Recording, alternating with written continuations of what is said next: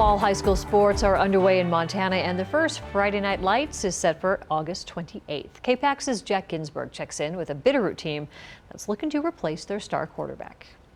In 2019, the Florence Falcons had a solid year.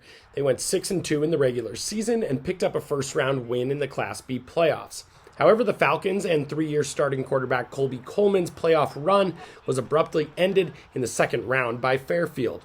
Coleman was a tough kid to replace, but the Falcons have their man, sophomore Pat Duchesne Jr. He will put his mark on number 15, and he's going to be our starter this year, and we look forward to good things there with the crew around him. It'll help him out being a young developmental quarterback.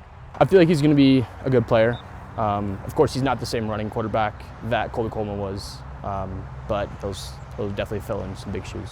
While they lost a key piece, a ton of juniors are returning with 3 years of starting experience. Defensively, I think we're great. We're just going to keep polishing on our 4-3.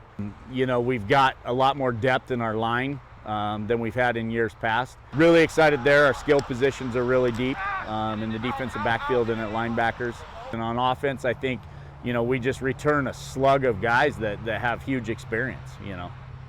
While many teams may have been limited outside of Montana during the pandemic in the offseason, the Falcons have had the luxury of preparing for a season. We had a great summer, you know, about 10 weeks of strength and conditioning, 8 weeks of where we could practice this summer, and the kids were really thriving to get back to something. The Falcons traditionally play their first game of the season against Jefferson under the lights at Washington Grizzly Stadium. That game will be played in Jefferson this year instead.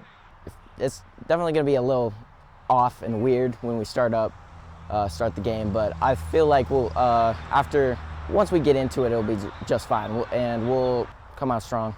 In Florence, Jack Ginsburg, MTN Sports.